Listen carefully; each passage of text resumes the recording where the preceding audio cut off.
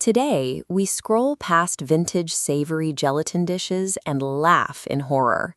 But picture a long table in a Cleveland suburb in May of 1953. A woman carefully lifts a glistening crown of amber jelly with hot dogs suspended inside it.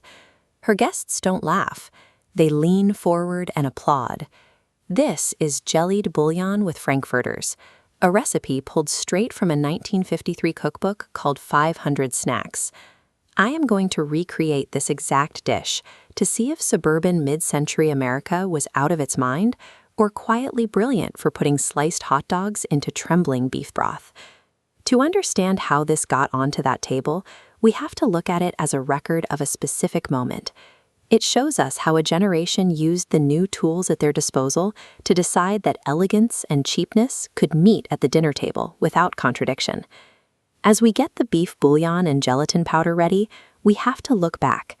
Suspending meats in clarified broth started as elite European court cookery.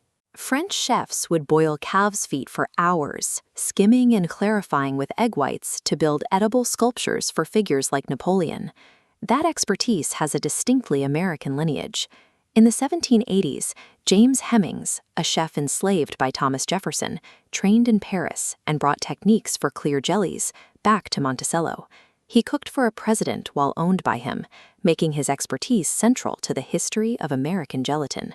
The process remained brutal labor for rich households until 1894. A man named Charles Knox watched his wife struggle with sheet gelatin and ground it into a fast-dissolving powder. Overnight, a process that used to take an entire day collapsed into 15 minutes. By the 1930s, the Great Depression turned this cheap, accessible powder into a frugal necessity. Cooks could take leftover scraps of vegetables and cheap meat, suspend them in a pennies-per-box gelatin, and stretch them into a highly presentable dinner. At the same time, Jack Benny began saying the letters Jello on his massive radio variety show. His warm, familiar voice trained 2 generations of American children to spell the brand, turning a struggling flavored powder business into a national appliance. By the time the Depression ended, the architectural luxury of Emperor's was available on a Tuesday afternoon for almost nothing. Now, as I slice these hot dogs into discs the thickness of a nickel, we have to look at why this specific meat was chosen.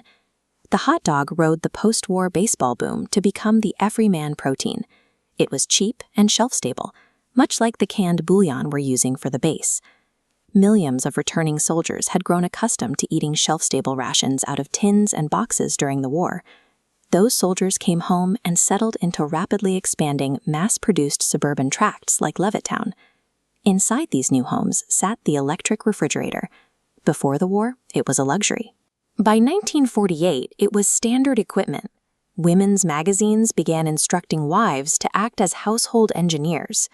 Placing a cold, elaborate jelly mold on the dining room table proved she had mastered both elegant presentation and modern refrigeration machinery. This was the era of the domestic scientist, where a wife was taught to treat her kitchen like a laboratory. In that world, the achievement was the flawless, sterile geometry of the mold itself. A perfect shape requires a terrifying 5-second dip. Dip for 6 seconds, and the whole ring slumps sideways into a puddle. When a 1953 cook put hot dogs in jelly, she was marrying Depression-era thrift with space-age refrigeration. She was announcing loudly and clearly that her family was no longer scraping by. Here is the successfully unmolded ring, lit by a candle exactly as the cookbook suggested. The strange truth is, it is beautiful. The clear amber halo around each pale pink disc glows faintly like old whiskey, mimicking the look of stained glass laid flat on the plate. Slicing into it reveals a texture entirely different from the bouncy rubber of modern dessert jello. Because it is set in straight, unsweetened bouillon, it behaves like a soft, savory custard that dissolves on the tongue in seconds. The flavor is surprisingly quiet.